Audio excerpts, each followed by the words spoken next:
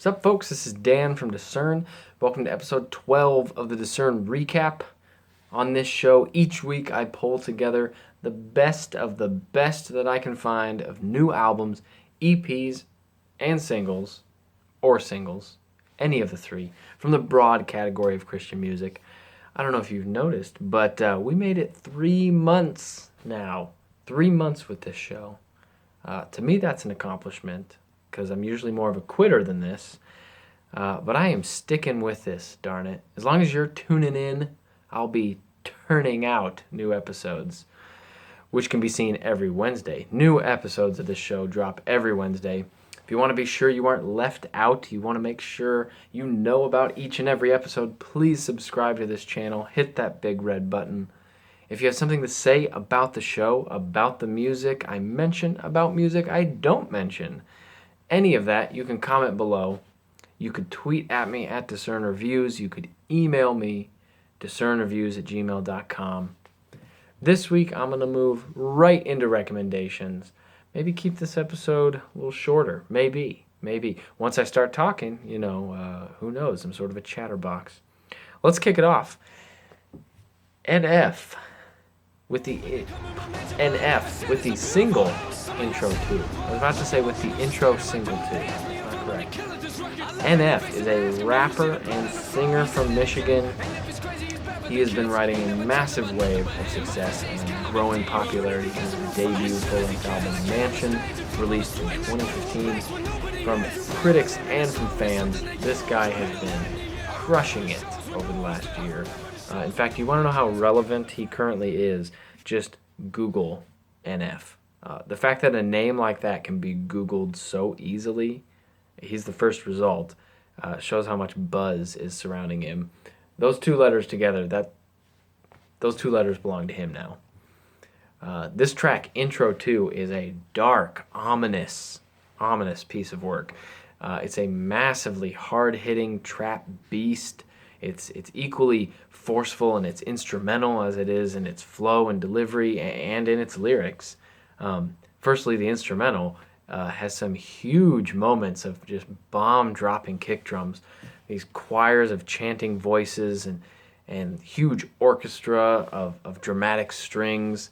It is very much the second part of his track Intro from the album Mansion. For better or for worse, it's nearly the same thing, but a little bigger, a little more dramatic and fleshed out. And the sound is just jam-packed from left ear to right ear. It's just so full, intense, like it's ready to give birth to the album that's to follow. Secondly, the flow from NF is biting and cutting and fierce. It's throat-stretching and teeth-clenching. In the mix, it's almost as if NF, his vocals are actually like battling the instrumental, with each equally conquering and burying the other. They're just so both top shelf and all out. And thirdly, the lyrics, they're blasting and critical, mostly of himself.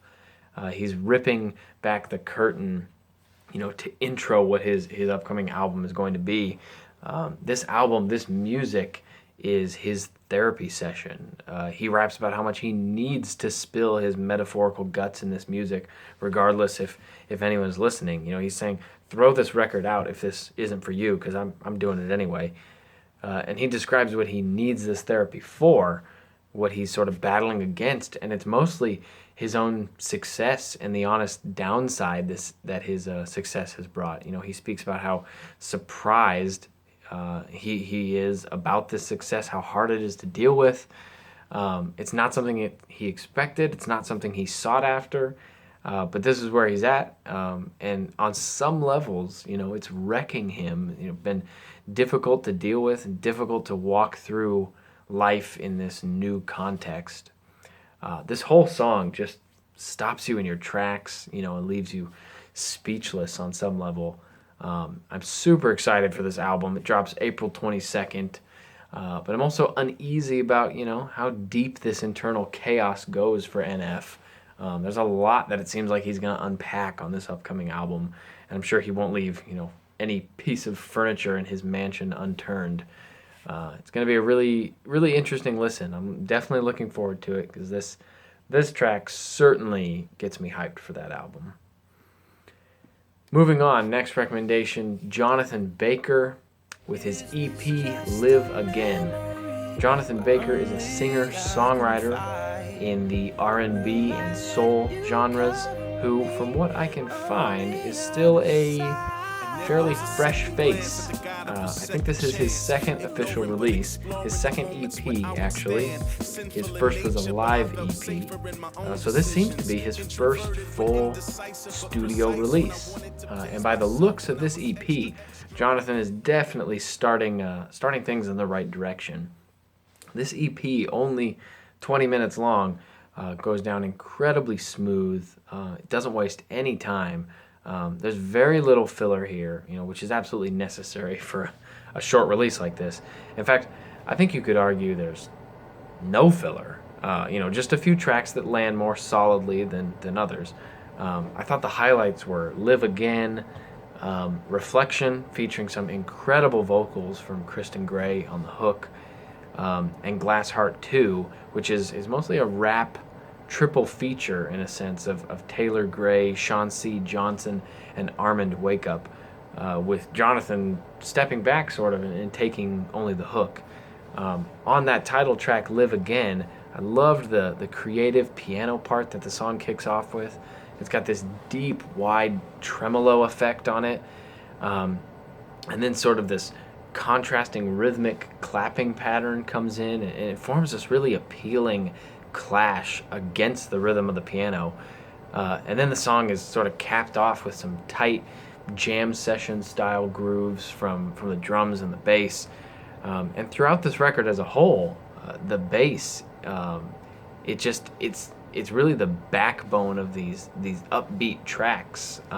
It's got this very chill, relaxed, soulful groove.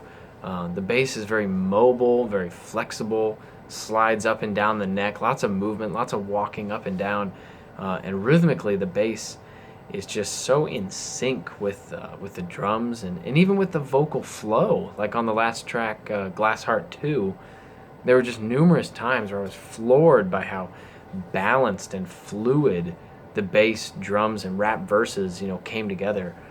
They were just so locked together. Then the hook would kick in, the beat would sort of slide away, the track would sort of open up and slow down, and then the next verse, the next feature would come in and just pick right back up in that groove. I feel like I could listen to those verses just over and over, tread that same path. Good stuff on this EP from Jonathan Baker. It's dynamic, it's multifaceted, it's got ups and downs, more dreamy tracks, it's got more driving, albeit chill and even keel tracks. Definitely worth spending some time with. And like I said, it's just a short 20 minutes, Pop it in the car, go run some errands. Definitely worth your time. And the final recommendation I got this week, Moda Spira with the single She Whispers. Moda Spira, which is Latin for or meaning the continual act of breathing, is the first solo act for the talented singer-songwriter Latifah Phillips, who you may know from Page CXVI, The Autumn Film, or Sola-mi. She's going to be releasing her debut self-titled album on May 13th, and this is her debut single. It's the first real listen we've got for this new project of hers. From the information on her website, it looks like this album, still has a lot of hands on it, as far as similar to her past releases in other groups. There's additional guitar work, some bass, trumpet work, vocals, other fun stuff. But it does sound like the crux of these tracks is really going to be straight from Latifah.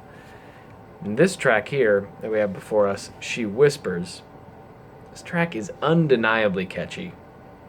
The hook gets deep in your brain and just settles in for good. It's a great electropop, chill jam. The synth keyboard tones are smooth and cool. The beats are just reverb-laden and spacey.